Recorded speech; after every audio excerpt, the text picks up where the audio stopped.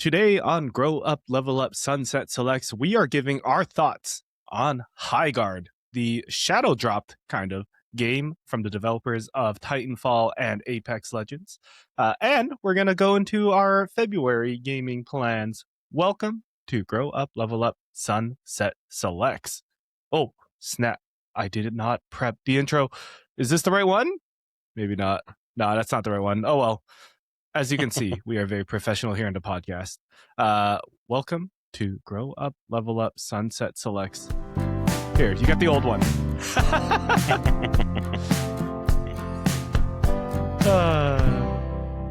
There's a mood in the air today, Jordan. You know, we're just coming off of a great episode last week with Emily talking all about Kiln, an episode that also got retweeted by Double Fine over on Blue Sky. So I'm riding the high of that. We're doing pretty well. Lots of folks tuning into my sick voice, and I know you look pretty good as usual. But yeah, lots of folks coming in to chat about Kiln. That was pretty sick. Yeah, that was really unexpected. I mean, I don't know why it's unexpected. There's social media jobs doing their job. Social media teams doing their job, you know. That's the kind of stuff that you hope they pick up on, and the good folks at Double Fine did. So hopefully we have some new listeners here. Yeah, welcome. Bit of a pivot from Kiln to Highguard, but hey, that's what we're all about. So that is what we do here. And if you don't know what we do here, hi, my name is Samson, aka Samson XP on all the socials. And this is a little podcast called Grow Up, Level Up. And this is one of our shows called Sunset Selects, where we tell you about the games that you should be playing in your 5 to 9 after your 9 to 5. And today, our topic of the week is going to be Highguard, as well as we're going to look ahead into February. By the time you're listening to this, February is in 2 days. So we're going to look ahead at the next month and talk a little bit about the games we're looking forward to, as well as our gaming plans. Now, you heard two voices on this podcast so far, and that is because I am joined by the powerful partner, SirDrJM, in the house. What's up, Jordan?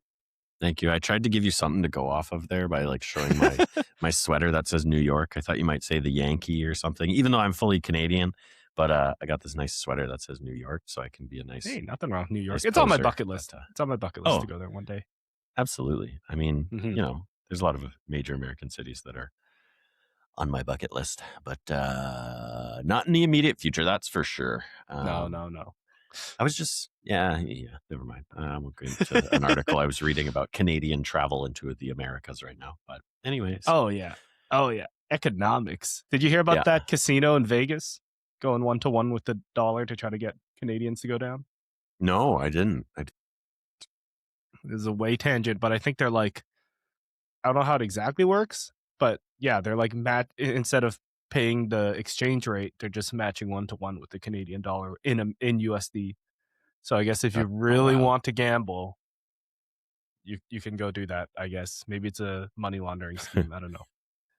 I mean, I won't lie. I have known by extension people who are the what do they call it? The golden gooses of a lot of the Vegas resorts, where the resort will pay for the person's trip down because they will spend that much money at a casino. Interesting.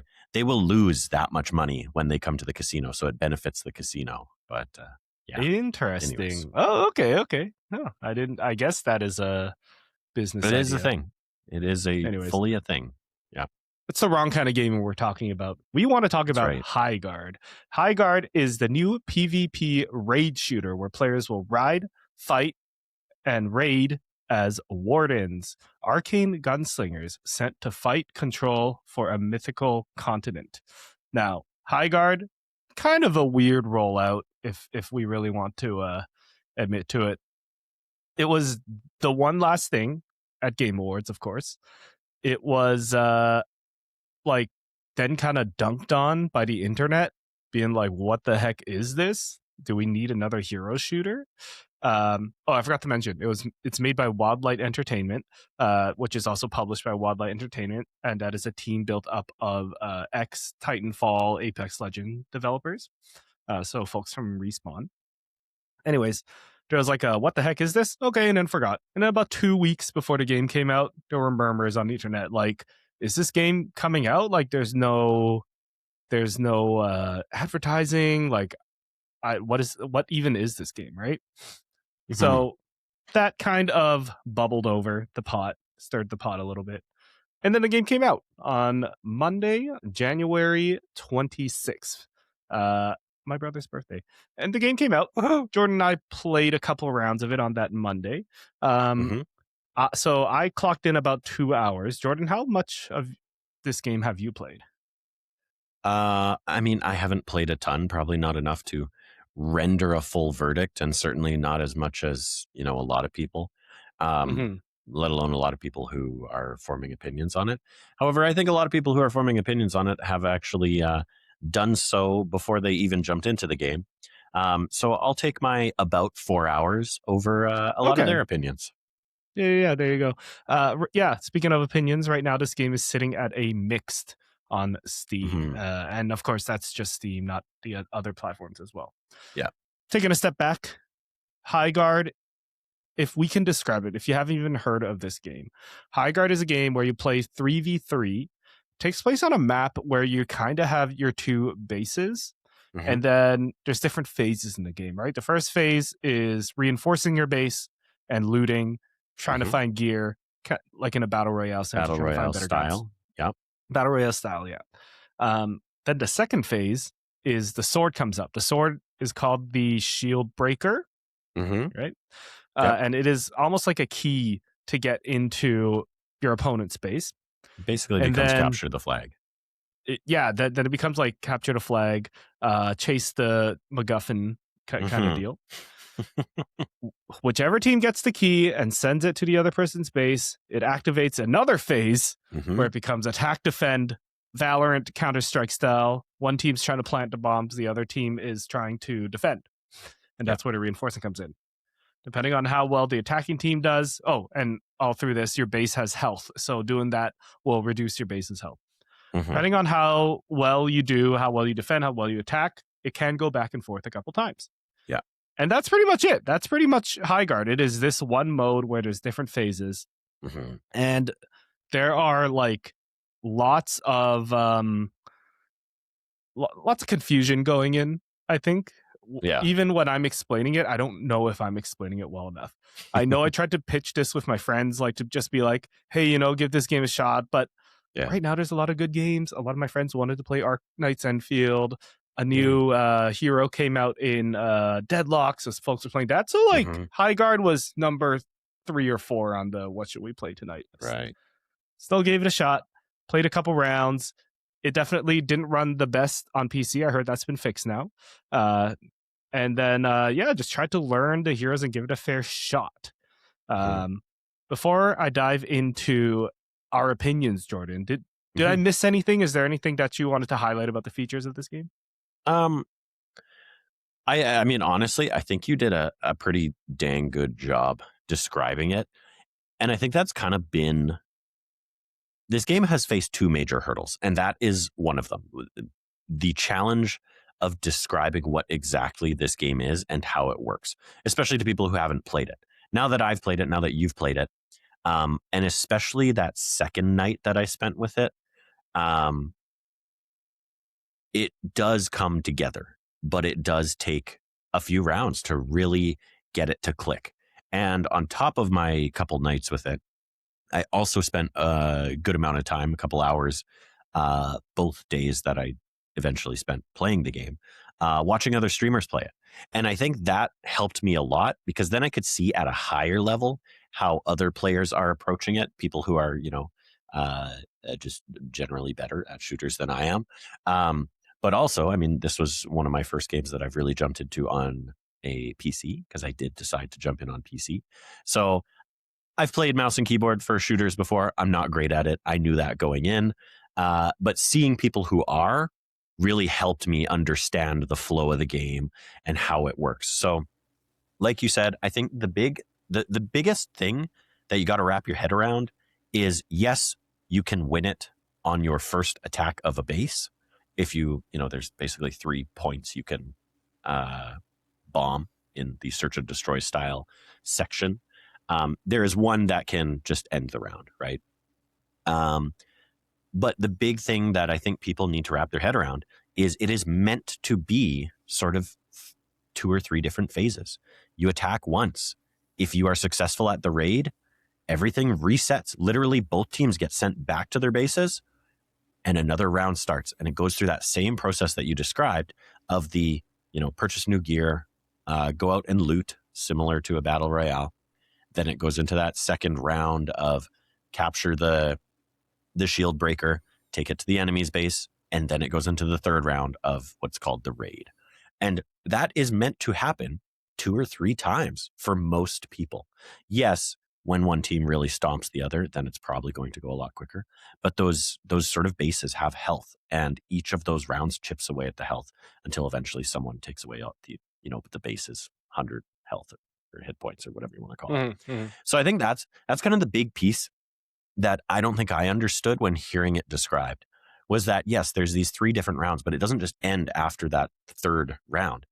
It all resets and you do it again. And it resets and you do it again. And that's why sometimes a match is 10 minutes, because maybe you went after that single point in the base that does win the round for you, that sort of, golden snitch, to use a different analogy. But some rounds are going to be 30 minutes because it does take probably a good, I'd say, 10 minutes to do one of those complete sets. So I think that was the biggest thing that I just kind of had to wrap my head around. That was the first hurdle this game faced. And then the second hurdle was obviously the reception that it got after being featured as the closer at the Game Awards, right? We don't need to go too much into that whole controversy. It sounds like Jeff Keighley was basically just like, I played this game and I liked it, so I'm putting it as the closer. And I think it kind of got them noticed, that's for sure. But I think it kind of worked against them in a lot of ways, because people then formed a lot of opinions about it before ever touching the game. And I think that's kind of a shame. 100%. I think if we're going to dive into that, I think revealing it at the Game Awards was, in my opinion, of course, I'm not a marketer or a business expert, I think it was the wrong call. If this game came out, called it beta, called it early access, we want to build this with you, this would have gotten a much different reception. If nobody heard about this, if the only thing people heard about this was the influencer event that apparently happened last week, where they flew people out to LA and they gave the impressions and they were all good, but by then it was kind of too late. People had opinions on it because it's like, oh, this is the closer of the show, this better be the bee's knees, right? Which is not always true for Game Awards anyways. Like the Fast and Furious game was the closer a couple of years ago. That was weird. So it kind of sucks that they got that end of the stick here. I mean, overall, like, my thoughts on the game, my night I played with it is, I wish it ran a little better on PC, but I can get over that. I've played worse games. I just, if I could sum it up into like one thought, I think it really is just like, this is a great idea, but there's so many little kinks and rough edges that it needs to work out before it becomes mainstream. Of course, it's so much easier to be critical of it than positive about it. So I'll try to do my positives first. The game actually feels good. I said optimization is really bad, but I would say overall, like, the controls, the responsiveness, the guns, the building, the sliding, the mining, like, there is a good feel to the game. It doesn't feel laggy or whatever at all. I will say getting on and off the mount's a little janky, but I think that's just because I have a weird button binded to it. What button did you have? Just default the X. Oh, okay. I never liked the X. You found button. that weird? Okay. Yeah, I never liked the X button. Damn. I think the phases of the game do make a lot of sense once you actually live through it. Like, when you pitch it, it does sound very weird. Like, it does sound like 5 different games in one. But yeah, League of Legends is also like 5 different phases. You lane, you fight, you fall back, you reset. Right? It's just a little more less like structured in that way, but there are phases to other games. This one just chose to do it in like specific events and stuff. And I would say my last positive is that I I think like this is a positive that will spin into a criticism, or not. I don't want to say criticism, like constructive criticism. Criticism is not necessarily a bad thing. It's not like you're saying this is a negative about the game. You're just saying this is something I'd like to see improved. Yeah. Or changed. I like the idea of the world it's going for. This like weird high fantasy, but also we got guns and stuff. It is weird. But I feel like they were playing it too safe is not the right word, but they needed to lean farther one way or the other. Like I could buy, this is a fantasy world with guns and stuff, but don't just give me like a shotgun with actual shotgun shells. Give me a shotgun looking weapon that like has bullets that look like they're made of stone or lead or something. And then I'm like, oh, okay, that's a shotgun, but it's kind of magical. In this world, no, it looks like a normal like buckshot. And I'm like, okay, that kind of takes me out. So so that is I'll expand on that in a bit. But Jordan, what are your thoughts on Highguard? That's really funny to hear because I hadn't really thought of that.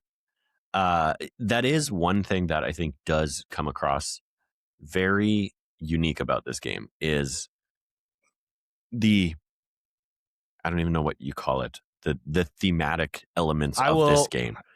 My Travis, friend of the show, the art direction. Yes. The art direction. There you go. Yes, that's what I'm looking for. The art direction of the game is very strange. It almost feels like everything is high fantasy, but like you say, there's this narrative dissonance or just dissonance with the actual game, thematic dissonance, we'll call it, where they just took modern guns and threw them in.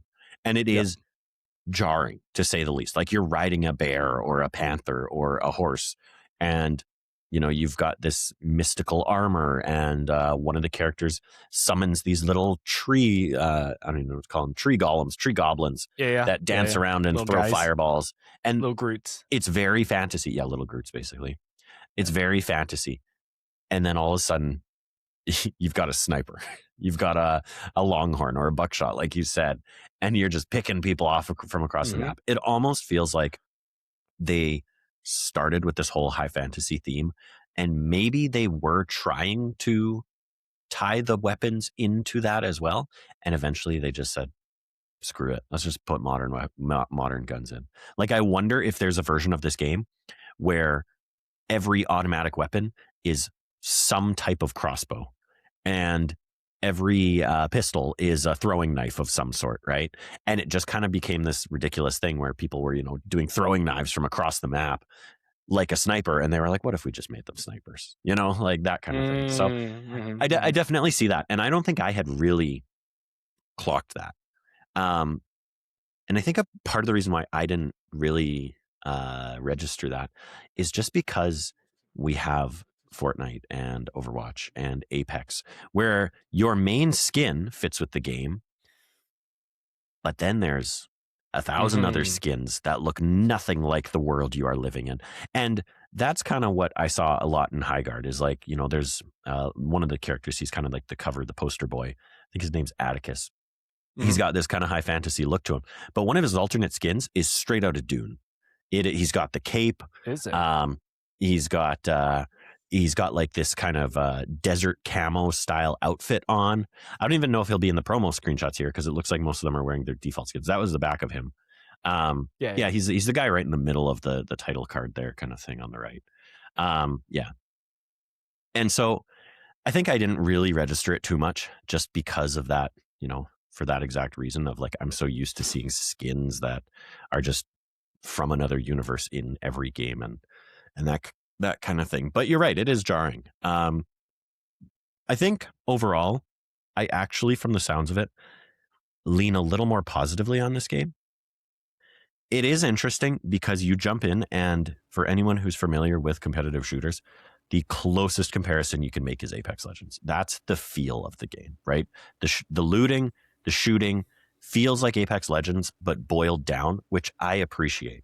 One of the big hurdles I found with Apex Legends was managing different ammo types, because you had to pick up different ammo for the different weapons.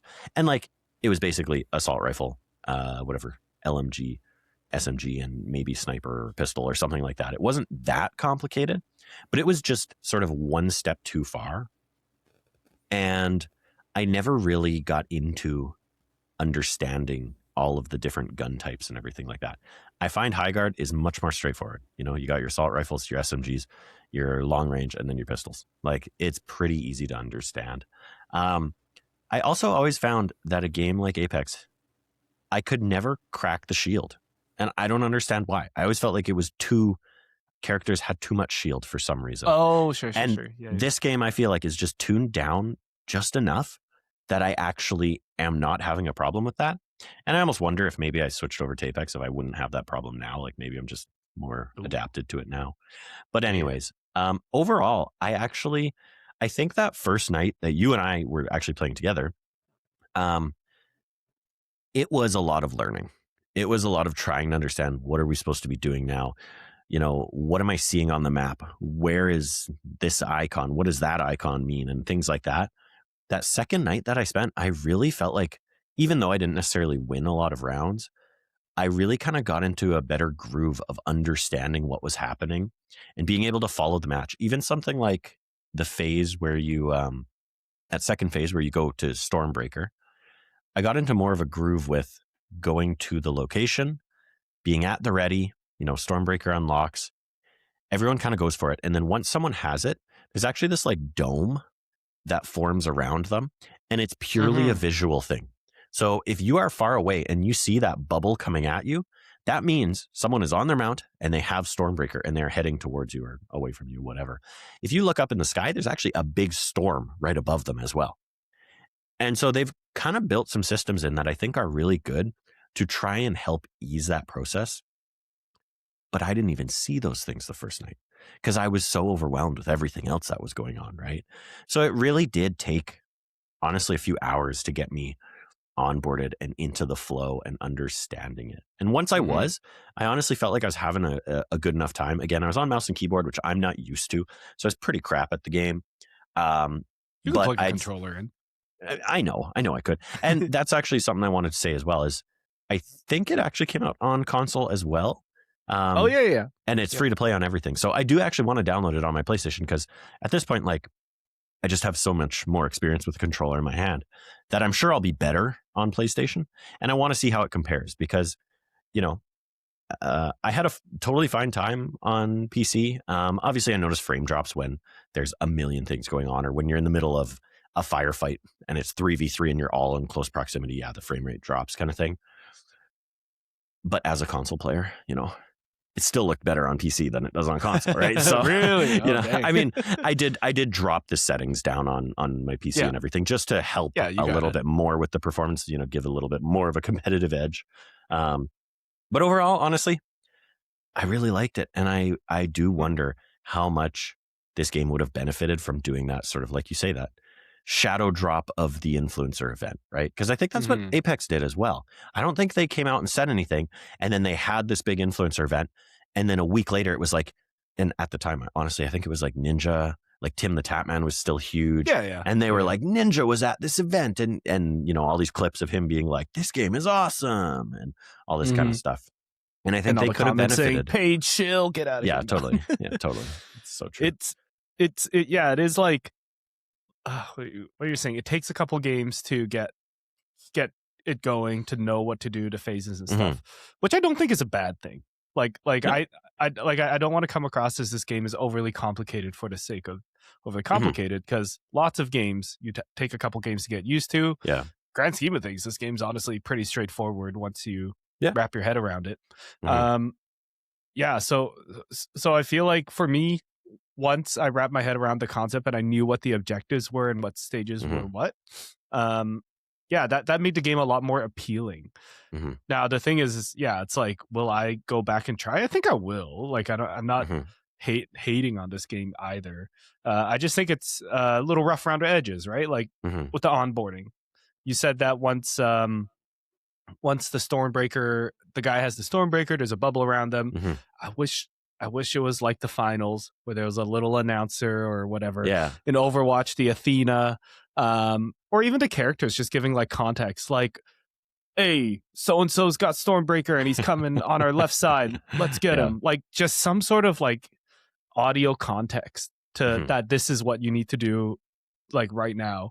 There is a little bit of that, but like nothing in your face like the finals with the announcers saying like this, that, and whatever. So yeah, I wish there was kind of like that. Now, what I want to see, what I want to see for the future of this game, I am thinking a lot about the team sizes in this game. Okay, I think 3v3. There was some commentary on the map is way too big for just 6 people.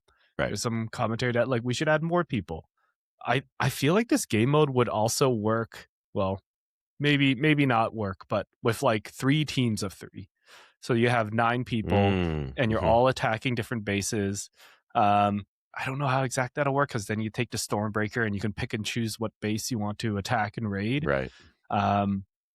I just feel like that would make the game a little less lonely. It just feels very like lonely right now with like the attack and defend, and then you clear 3 people and it's like, all right, I guess we got to wait for the 3 of them to come back like 15 seconds later or whatever. But that's just my quick take. See, and the interesting thing about that was that first night I felt similar because you basically leave your base and you're like, what do I do now? And you just kind of go and start exploring. And then you realize, oh, there's an objective. I'm supposed to be going towards Stormbreaker. But you do have a solid, probably, I mean, realistically, there's a literal timer. You have 2 minutes. But you probably want to give yourself maybe 1.5, maybe 1:45 before you head to Stormbreaker, because that's your opportunity to loot armor, weapons, and the currency that is these giant crystals. And the biggest thing that I found was, again, that first night, it really felt like we were wandering. We were like, even if we stuck together, it was like, I don't know where I'm going. I'm just going. Yeah. And then, oh, there's an objective. I'll go to the objective. But again, coming back to that second night where I really found the map size and everything kind of shone through was once someone got Stormbreaker, and, you know, usually there's a little skirmish at Stormbreaker if both teams are playing the objective, and your teammates or the other team die and reset back to their base. And that's when I found it was actually maybe the most intense, because that's when one team has Stormbreaker and they are rushing to your base, but they're also trying to be a little stealthy about it because there are technically more than one point on the base that you can go use Stormbreaker to crack into the shield. But because one team has died and the other now has Stormbreaker, you are now heading for a direct clash if you're smart about it, right? Maybe you have someone hang back, maybe you all hang back, and you are just watching the field. And it's kind of this cat and mouse game of, where are they going to try and approach from? Does anyone have eyes on the person carrying Stormbreaker and that sort of bubble around them and everything?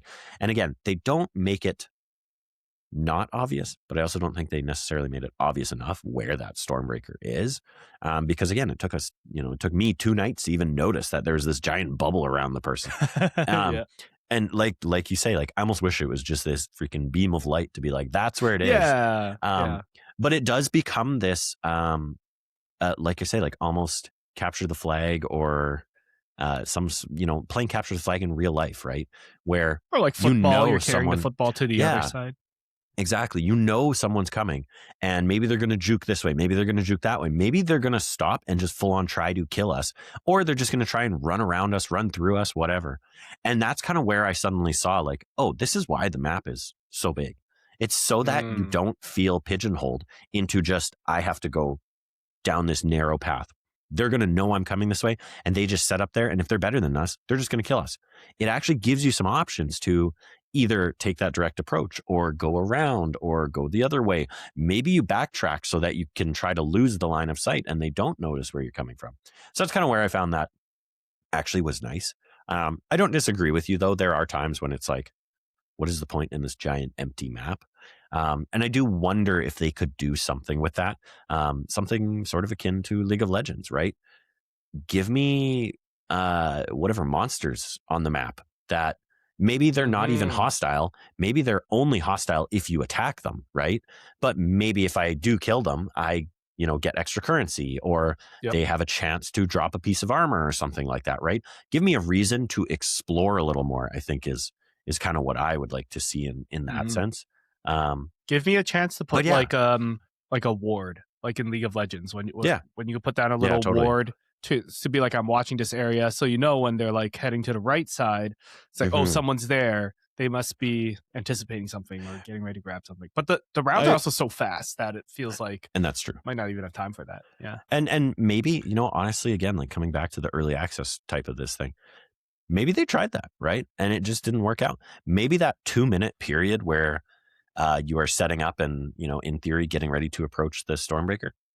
Maybe they had things, maybe they've tried with that being 5 minutes and letting you explore more. And maybe they had, whatever, hostile NPCs or spawn points to capture or something like that, right? Maybe, what if you could just, there are certain points that I actually found one where it's basically a loot cave, and it doesn't unlock until you get to the 3rd raid, or if you have an item to crack it open. And it was kind of off the beaten path, right? Stormbreaker doesn't spawn near it, but if you went that way, you could find this cave, break the door open, and then there were 3 weapon chests and 2 armor chests and some currency crystals there. So I don't know where they go from here, but I think there's room for them to explore, right? It does seem like, they could do 3v3v3, and maybe that ends up in one team just getting obliterated because, hey, if both teams go after that one team. 6v3, right? That's not going to work. Yeah, totally. But, they could play with 4v4 or 5v5, and sure, it'd be chaos, but it could be fun, Hey, like, that's why I feel like they should have framed it as like a early access or a beta. Let's build this with you. Yeah. Give us your feedback. And it's live service. It was just propped up as like, that's true. There's time. It could be. Yeah, exactly. I had one more thought. This is just more of a thought experiment Let's hear it. that I had throughout the week. First impression, talking to Travis, of course. He's like, the art direction is kind of weird. It is not my taste. And I'm like, I don't know, I'll give it a shot. Playing the game, I'm like, with the gun thing I was talking about, it's like, it is kind of janky. And like, I don't know if the theme of the game sells the concept of the game. So in my head, I was just like, what if it was closer to like a futuristic, I don't know, this is so like future cyberpunk video Overwatch. game. Like, okay. Overwatch, sure. Yeah. I was thinking, what if this was framed more like the finals, where it is like you are a competitor in this sport, and it's in an arena and there's a cheering crowd and it goes back and forth. When someone picks up the Stormbreaker, the crowd cheers, and then when it breaks or whatever, like in this giant arena, I think it's still do it. I don't know, like, but like I feel like something like that would just help a general audience, like understand that this is a weird like it's like Valorant. It's like a made up sport. It's a made up game. It's like it's this weird made up competition. I could see that. And you actually made me think of another thing that is a little weird. The what do you call him? The vendor. His name is Flynn, actually, I believe. He's just kind of got these little shopping posts set up. There's like 3 on your own base, and he's somehow at all of them. But then there's also one that spawns on your giant battering ram after you use Stormbreaker. And if you haven't played this game, that makes no sense. That sentence makes no sense. But he is also in that thing. And also, when you die, you can actually access the shop and buy armor or weapons if you have the currency. And that is another thing that is very like, again, I feel like dissonance is just kind of the theme of this game. It just doesn't make sense. It's just a little weird. But at the same time, I mean, when you play Counter-Strike, every round, and Valorant. Yeah, where are you buying these guns from? Starts with a buy round or a buy phase. And there's no vendor. You just pull up a menu. And it's almost like they wanted to be like, well, here's how you're doing that. You're doing that through this guy. But then it's like, well, how is this guy everywhere and nowhere at the same time? Why is he playing for both teams? Exactly. And that's kind of funny. I like that they gave him some character. He's actually like the in-game store when you're not in a round as well is actually through him. So you can go buy daily. There's a set of items that rotate daily. You can buy them through him, and he's got his little elder griff baby with him that's, you know, awesome, and they fist bump every now and then and stuff, and it's adorable. Mhm. But anyways, yeah, I get what feel you're like saying. now that you're talking about it, I feel like he's the only almost world building that this game has. Like in this world of Highguard, there is Yeah. a shop vendor named Flynn, and he's got this funny little Mhm. creature, and he's helping you for some reason.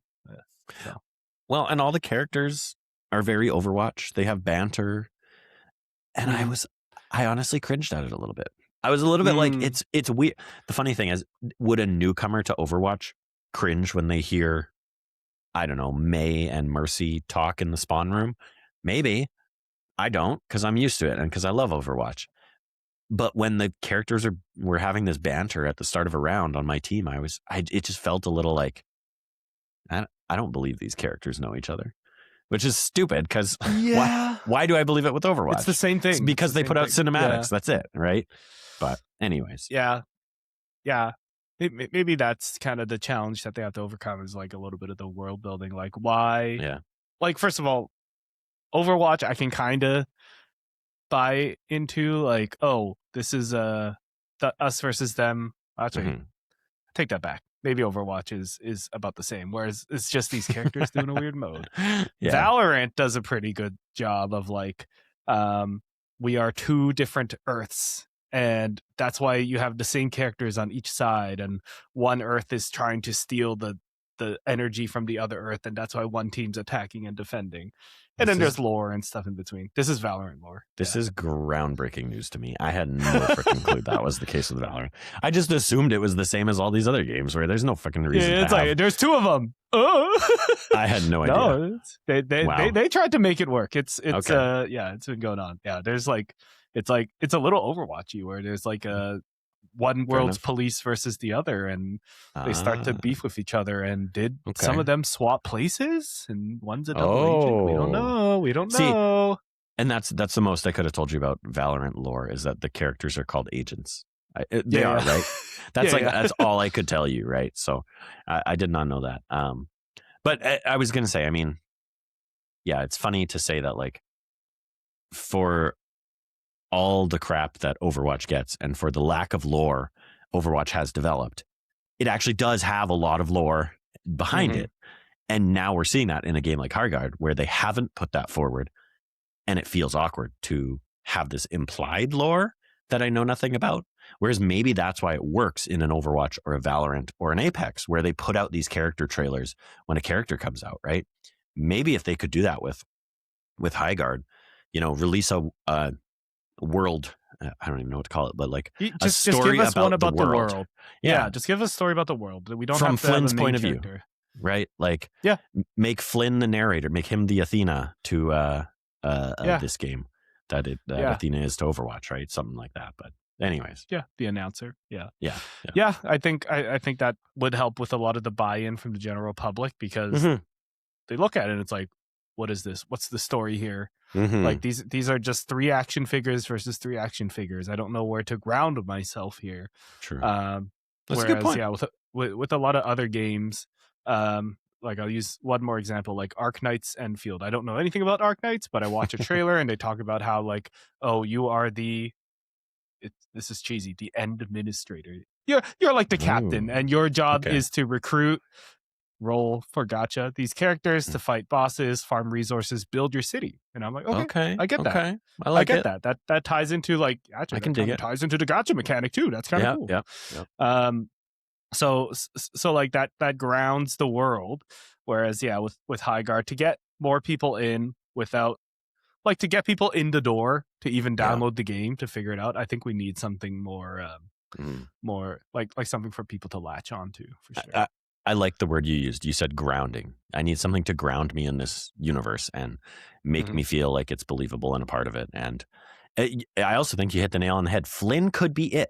They've kind of positioned him to be. You're the one that said that. Yeah. Oh, did I say? Okay. Well, a great idea. I'll pat myself on the back. I like that framing. I like the idea that, why don't they lean into that? Have him tell the story of how he ventured to this land and found these heroes that are constantly at war, and how he wants to help them. But, is one side good? Is the other side good? I don't know. It's morally gray.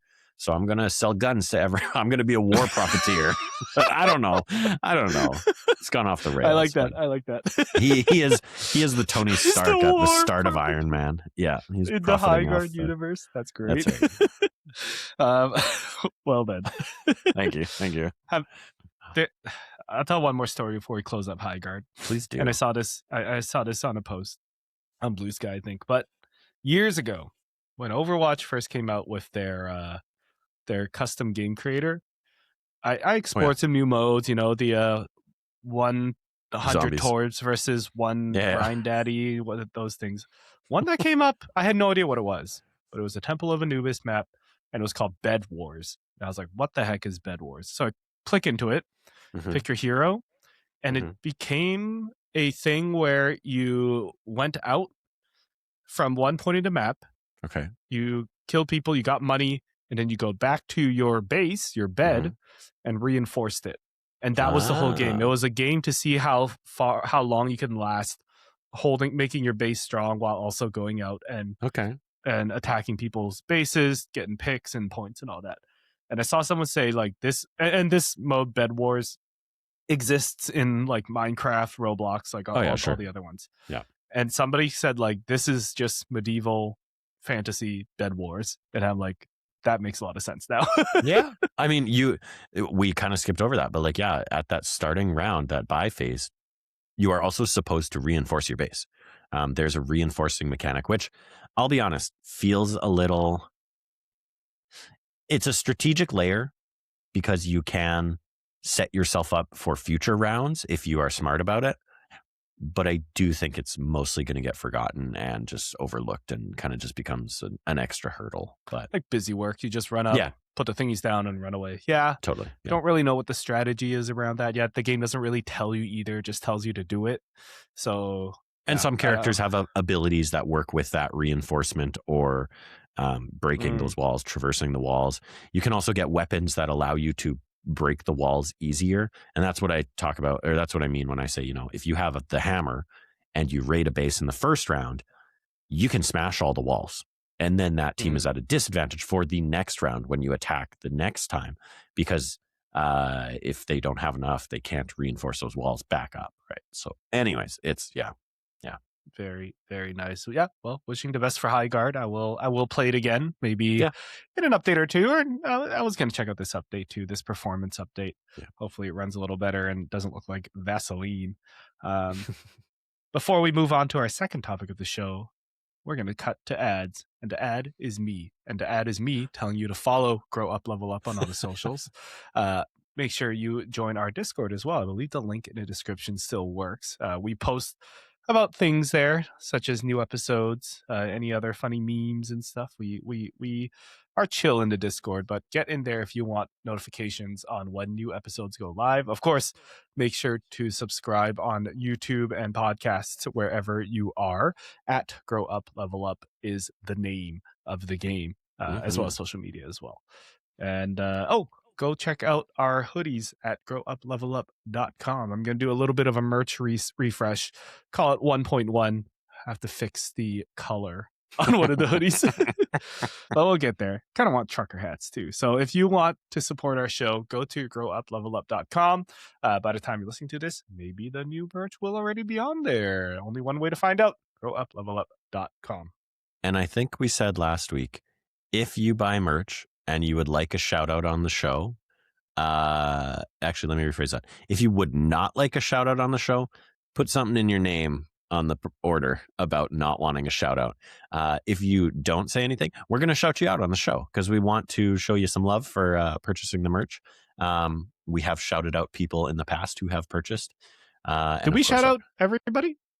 I forget if we did. I don't know. You're the one who sees the orders, not me. So you might have some people you need to shout out. You tell me. Pulling it out. I'm pulling it out. Fair enough. Pulling it out. But there is a t-shirt and hoodie. I believe you can choose the light or dark color options on both. I only got the hoodie, but Samson did get both. And it's good quality embroidered on the hoodie, I believe. I don't recall if the shirt is. I don't think it is. I think it's a print. Is that right? The shirt is just a print. Yeah. Yes. Okay. And the hoodie is embroidered. So what do you mean an embroidered shirt? You can embroider anything. I guess. I feel like an embroidered shirt is. Won't that be kind of itchy? Well, maybe. I don't know. Maybe. I'm trying to find the list of the orders that we got. Well, All if you right. can't find Yes. it. Oh, good. Francis and Gianni, thank you for your support. Right on, Francis. That's right. I assume Francis Moving is on. someone you know. Yeah. Okay, Local good. supporter. Okay, cool. Local Love supporter. it. Love to see it. Second topic of the show. What we're looking forward to playing in February. I got 2 games. One's not even a new game. And one is, but we'll get into that because I might go along with that. But do you want to start, Jordan, or shall I start? I think you should start us off. February 20. Let me just make sure I get the date right. 21. The last 27th to March 1st. Okay. I will be in Seattle at my first Pokemon Regionals. I will be participating in a trading card game, and I am putting it out there right now. I'm locking in the Dragapult deck. And I'll be grinding in February every day, every week to try to get real good at Dragapult. Okay. And well, my goal isn't to win the whole thing. There are people who do this as a part-time job. Yeah. And those people can win it. Of course, sometimes you get lucky and all that. My goal is to win at least 3 games. I'll say that. 3 matches, 3 best of 3s, Jordan. Right on. You play a lot of Pokemon in these things, like 9 rounds, I think, 8 or 9 rounds of best of 3s. That's wild. So that's a whole day. Of course, some people drop out. If you lose 3 matches, you're pretty much not making it to day 2. And you can drop out, do side events, just enjoy the event like that. So my goal is to just win 3 matches. If I make it to day 2, then hey, right on. That's good on me. Yep. If I have to drop out and play side events and I get the points and I win Pokemon plushies and packs, I also won in that sense. That's still cool. Yeah. So February, I am going to try my best. I'm going to try to attend in-person weeklies at least once a week. There's a couple weeks I'm going to do 2 a week. Okay. Just to get the in-person feeling and jitters out. I played one last night. For some reason, it was so cold. I fumbled my first turn and whiffed my first round. How does the temperature affect your cards exactly? I don't know. I think it was because meant to put a certain card down and you slipped and another card went down. I think. Okay, if you want to get into the nitty gritty of it, I forgot my raincoat, so I kind of walked in the rain and my hoodie was a little wet. Sat down and played, and then you choose first or second. My opponent chose second, and I was like, "Oh darn it! I'm the one that usually needs to go second." Opened my hands. They got a great opener. I didn't, and I panicked, and I did my wrong first turn, and then that one actually ended up in a tie. So I ran the clock, not intentionally, but I survived long enough. I ran the clock. But yeah, I got to get those jitters out, those feelings out. Right on. So Pokemon TCG, if you see me in Seattle, let me know. I'll be playing Dragapult. I am grinding, I'm learning, I'm chatting with other Dragapult enjoyers. But now, I do enjoy the dragon. Can you explain or just highlight what build Dragapult is? I can assume the first half, but I'm curious. What are the core tenets of the Dragapult build? All right. Do you know what a Dragapult looks like? I mean, is Dragapult the full Pokemon? I assumed it was a fusion of 2 Pokemon names. No. He's a dragon. Oh, I see. Okay. Have you seen this guy? So he looks like he looks that the fusion is Dragapult Dust Noir. That is the build. Okay. Dragapult is this guy. He's a dragon. He's got 2 little Dreepies. That's his pre-evolutions living in his head, I guess. Cute. You can akin him to a fighter jet. You know? I mean, his head looks like one. Right? And then he shoots the little Dreepies out and does more damage. The entire point of the Dragapult deck is he does 200 to the opponent, to that Pokemon in front of you, and then you get to choose 60 more damage to throw onto the bench. Nice. So the idea is in one turn, instead of in one turn you could take 5 or 6 prizes if you do it right and just win the game in one turn. But it takes a lot of stalling and pre-planning and thinking ahead, like a turn or two ahead kind of thing. Mm-hmm. He, this deck is paired with this Pokemon called Dusk Noir. I am Dusk familiar Noir, with Dusk Noir, of course. the card that is in this one is the Curse Blast. Basically, he explodes himself, and you get to put a little more damage somewhere else. Okay. So, like Dragapult, if you put the right amount of math on the Pokemon, you could win the game in 1 or 2 turns. Okay. But that's the idea. That's the deck I like to play. Yeah. No, I was just going to say, I need to clarify something for my own edification here and for all the Pokemon enjoyers that may be listening. When I asked for you to explain the Dragapult and I said I understand the first half and not the second half, obviously I was not familiar with the Pokemon Dragapult. Ooh. For me personally, my Pokemoning comes from Trading Card Game Pocket, of course. And when I name my decks, I always name it a combination of the 2 highlight cards. So I assumed you were doing the same thing, and Dragapult was like Dragonite with some Pokemon that has Pult in its name.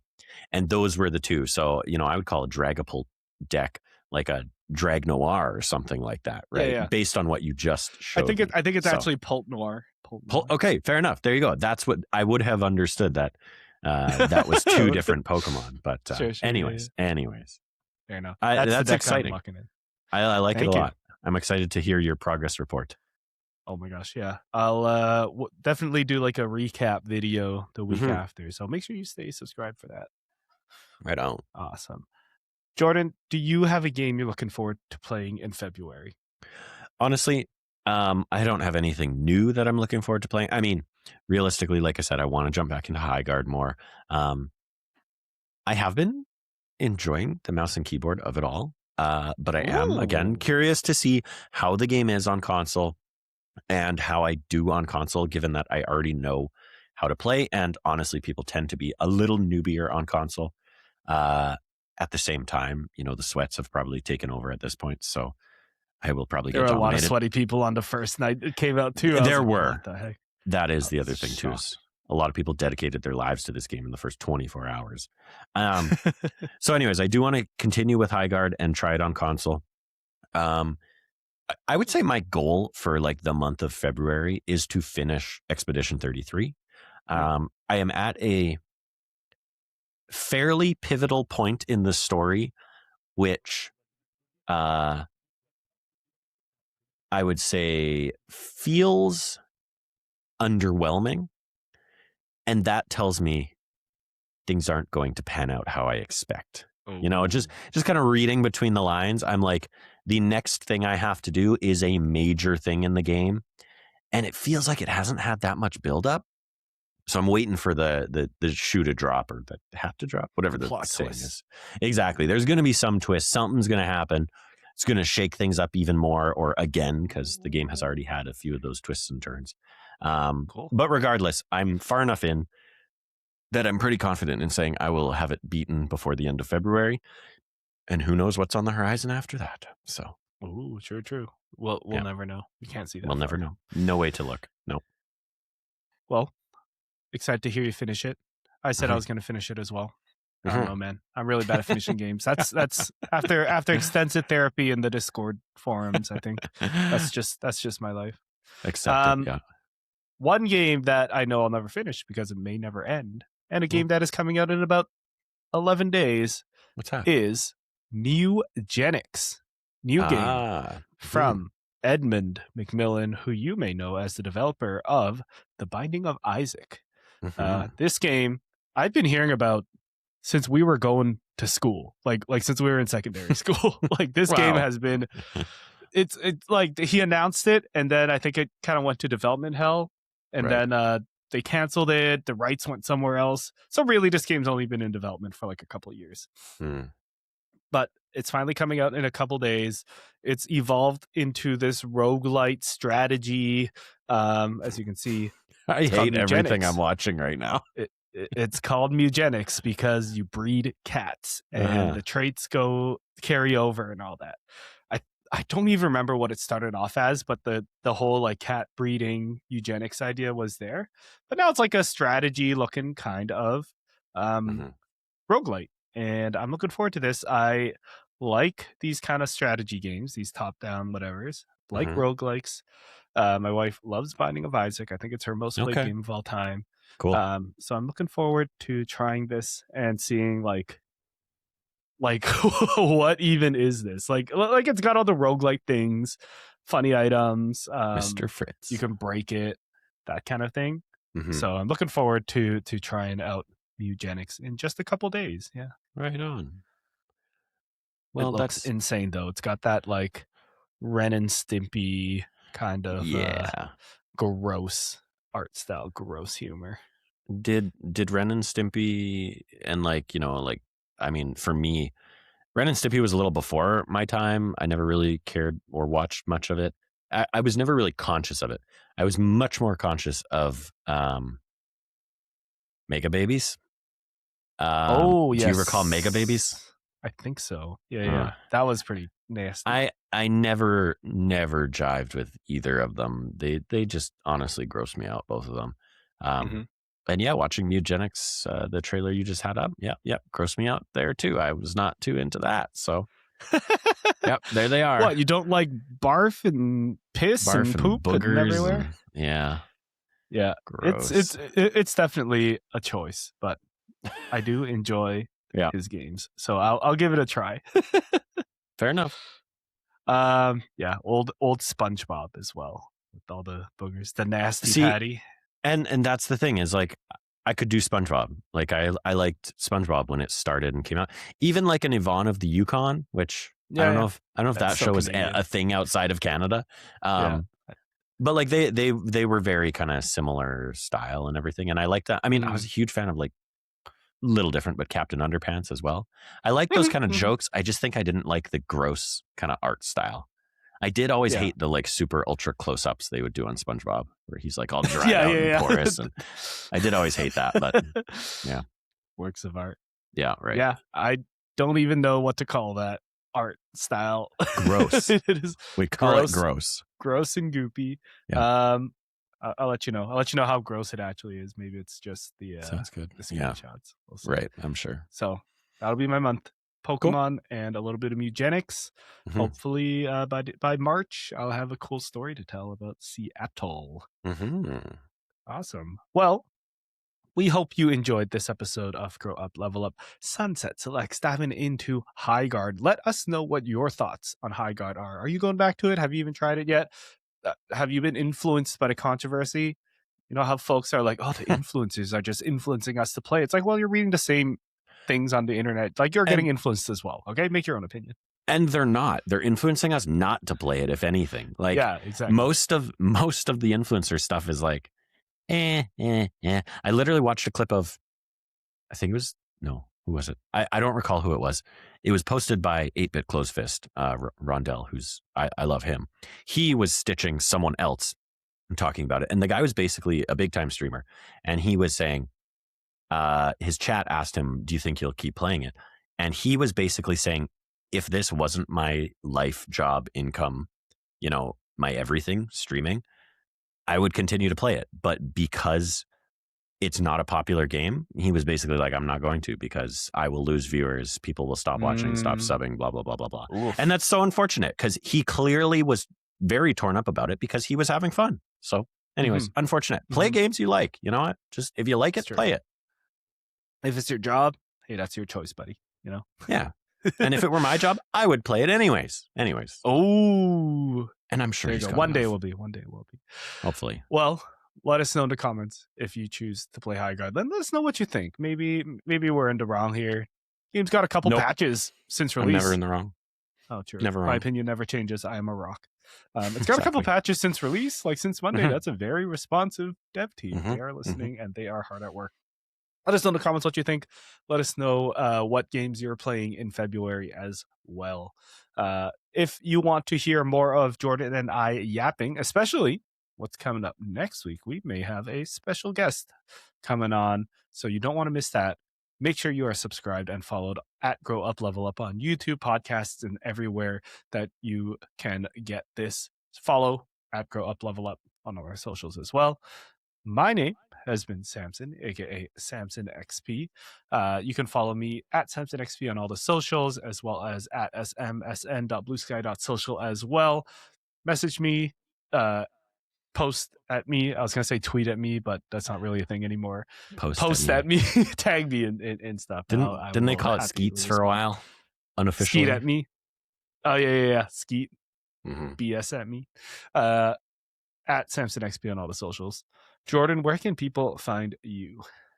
People can find me on all socials at SirDrJM. That's SirDrJM. And especially you can follow me over on twitch.tv/SirDrJM, where I'm starting to stream more, and I'm hopefully going to continue with that.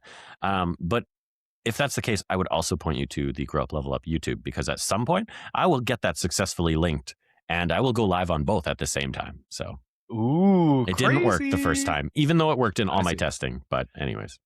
All right. Well, we'll figure it out. Yeah. Follow SirDrJM on Twitch if you want to be a hipster and be there and say you're a day oneer. Okay. That's right. SirDrJM and turn those notifications on. Jordan. Yeah. Doesn't have a real stream schedule yet, so it'll be a fun surprise. Maybe it's tonight. I loosely do, but I haven't said anything about it because I want to get the kinks worked out. So okay, cool. Like I said, follow at Grow Up Level Up on our socials. Jordan, what are your wise words for us to end the show? You know what? My wise words today are simply going to be Highguard.